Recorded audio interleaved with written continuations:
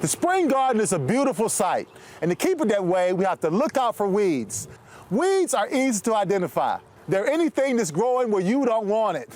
So the usual suspects, the dandelions, the thistles, the bindweeds, those guys of course are weeds, but even cultivated plants can be weeds if they escape out of the area where you have them. Weeds basically break down into two different types: those that have tap roots, a long root that runs into the ground, like a dandelion or a burdock, and those that are runners, that kind of send out stems that run across the ground, like creeping Charlie, bindweed, and even some of the grasses will send out runners right below the ground.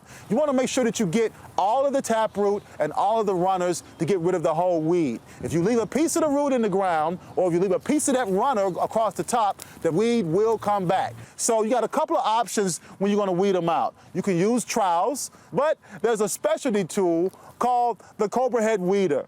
And this guy is really good. It's ergonomically designed so it can just lift these weeds right up without you having to do too much wrist action.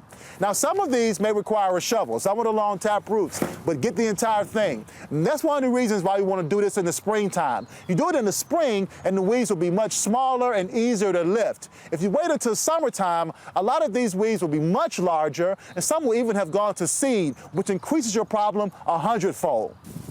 With the right tools and techniques, it's easy to keep your weeds in check this spring and throughout the year. Get out and grow.